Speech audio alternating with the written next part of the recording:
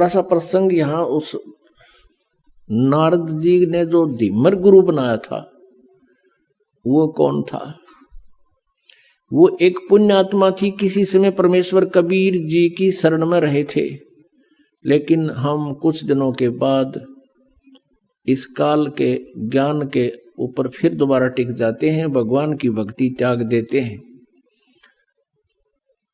ऐसा ही उस नादान आत्मा ने कर रखा था। फिर यो काल ऐसे कर्म बिगड़वा दे उस पुण्यात्मा के, ऐसी जगह मछियारों का जन्म दे दिया, और वो मछली पकड़ के लावे और बेचे, उसे तो गुजारा कर, आप भी काट के खावे। अब कहते हैं कबीर कमाई आपनी कदे ना निष्फल जा, 7 समुद्र आडे पड़े मिले अगा हुआ। क्या हुआ कि एक बार वो जिस राज्य में रहता था वहां के सभी तालाबों की मछलियां उसने पकड़ ली थी, कालू नाम के जीमर ने, वो तो खाली हो लिए थे। उसने देखा कि पड़ोसी राजा एक बहुत धार्मिक व्यक्ति था, उसने सब जगह ये आदेश दे रखा था कि मेरे राज्य में हिंसा नहीं हो, जीव हिंसा नहीं हो, और इस कारण से किसी भी तालाब में कोई मछलियां नहीं पकड़ता था।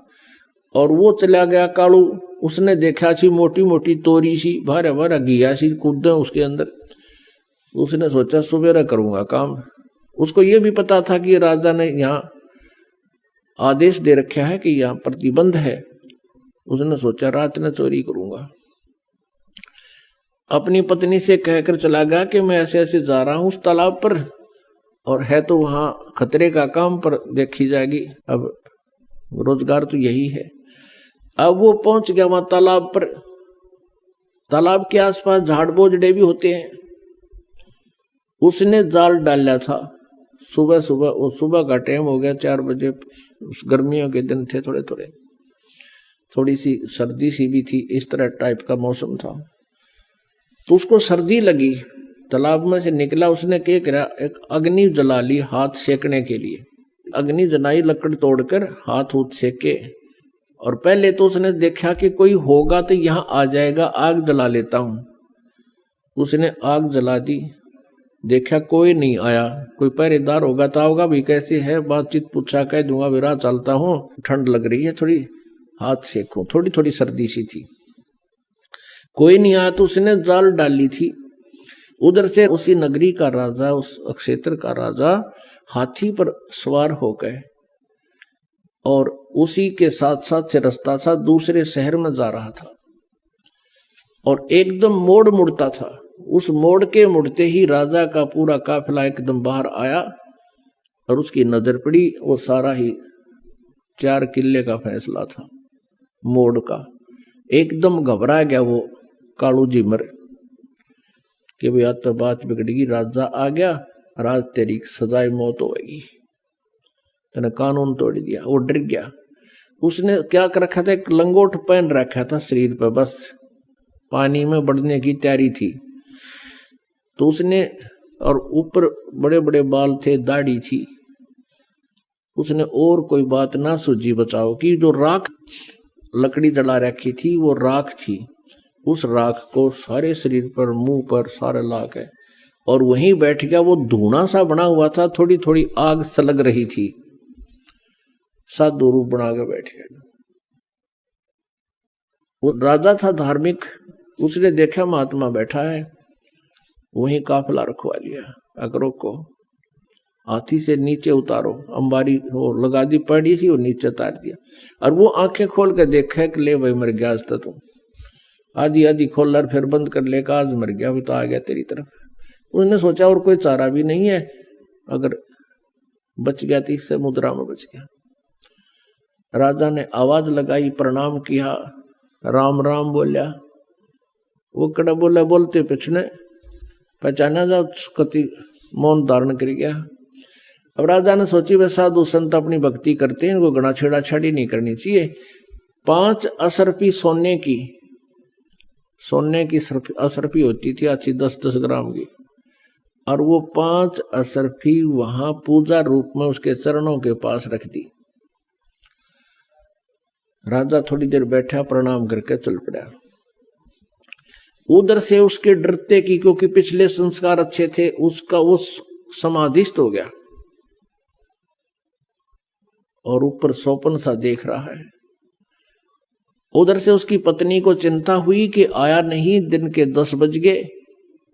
वो चली करता है, जिस सरोवर का वो कह के गया था वहीं जाकर देखा तो क्या कर रहा है, साधु बना बैठा।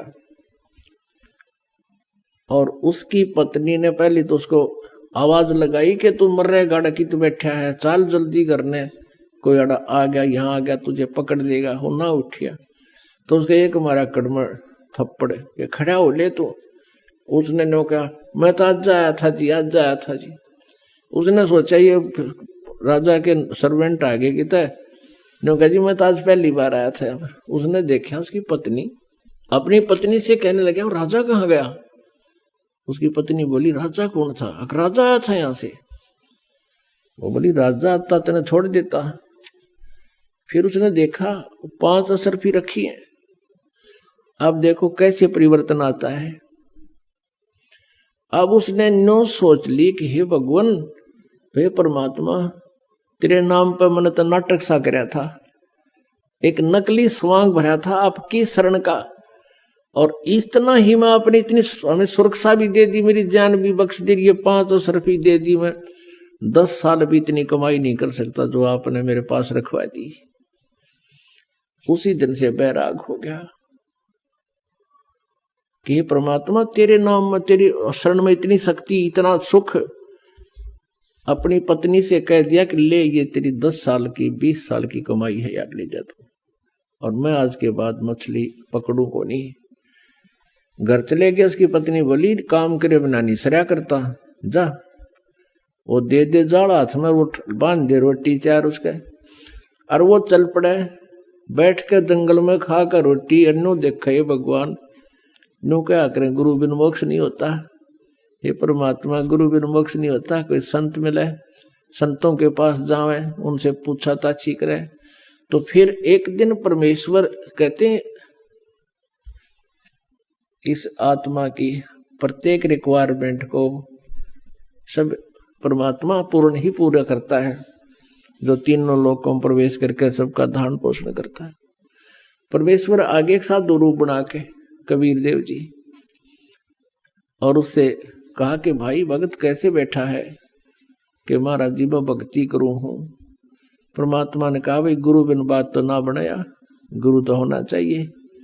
कहा जी गुरु तो होना चाहिए, आप बन जाओ मेरे गुरु जी। कहा भाई ठीक है, मैं बता देता हूँ, नाम ले, भक्ति कर, ऐसे ऐसे करना, ये करना, ऐसे नहीं करना।